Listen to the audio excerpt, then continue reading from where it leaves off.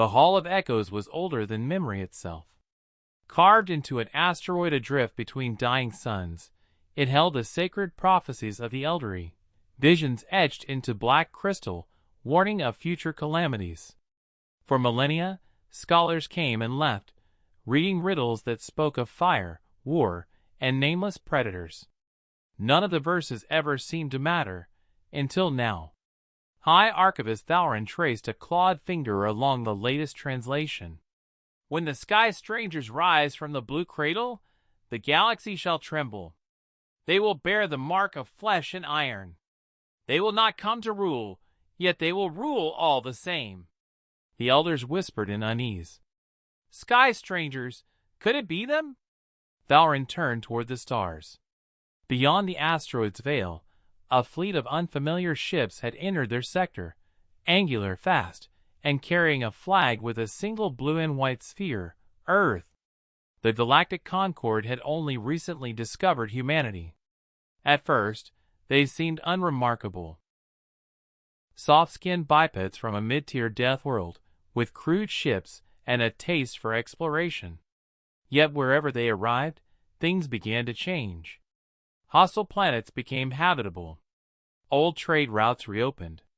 Wars froze mid-conflict, for neither side wished to provoke the strange newcomers who fought like no other, sparing enemies, rebuilding what they broke, and leaving behind ideas far more dangerous than weapons. And now, in the very heart of Eldery territory, humans had come seeking knowledge. Envoy Captain Mara Keen stepped into the Hall of Echoes, her breath misting in the cold. Around her, the crystal walls shimmered with dormant runes. Your summons was urgent, she said, her translator buzzing softly. We came in peace. Thalrin's eyes, black and unblinking, narrowed. Peace or destiny? Keen raised an eyebrow. Destiny? Thalrin gestured to the largest crystal, its surface marked by deep grooves, 5 distinct impressions, like a human hand. This prophecy is older than your recorded history. It speaks of a people who would awaken the silent gates, a species born of hardship and tempered by ruin. We always thought it was myth. Keen studied the handprint, her pulse quickening. It matched hers perfectly. That night, the Concord debated furiously. Some demanded humanity be expelled before the prophecy could unfold. Others argued the humans should be bound by treaty, watched closely but not antagonized. And some whispered of war. Prophecies are dangerous things, said Warlord Vale of the Voruan. If it warns of them, why risk it? Snuff the spark before it becomes flame. But Thalrin, scholar above all, disagreed.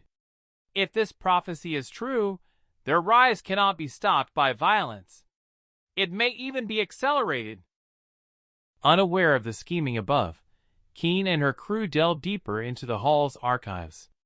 The runes responded to their presence, flickering to life after millennia of silence. Holograms emerged, star maps, fleets, and civilizations long gone. One inscription chilled them all. They will carry war not in their hearts, but in their memory. They will heal what they break. They will teach what they conquer. Beware the kindness of the sky strangers. Kindness? Her lieutenant murmured. Since when is kindness a warning? Keen said nothing. She thought of Earth's history. Wars fought, rebuilt, fought again. Enemies turned allies. Cities raised, then reborn stronger. Perhaps the prophecy wasn't a curse. Perhaps it was a mirror. Days later, a trap was set. Voruan ships blockaded the human fleet, accusing them of trespass, demanding their surrender. But humanity did not flee. They did not bow. They talked. They shared technology freely, open trade with nearby systems, offered to repair ancient gates that had rusted for centuries. And while the Voruan bristled with weapons, local worlds began siding with the newcomers. Thalrin watched in growing awe. The prophecy was unfolding, not through conquest, but contagion. Humanity's true weapon was not force. It was influence. When the Voron finally struck, they struck hard, missiles blooming across the dark. The battle was fierce but short. Human ships were not the strongest, but they were clever. Decoy drones, kinetic slings, tactics no Concord fleet had seen before. In the end, the Voron flagship lay crippled. Keen hailed them, voice calm. "We came here to learn, not destroy. But if you make war on us, we will survive it. We always do."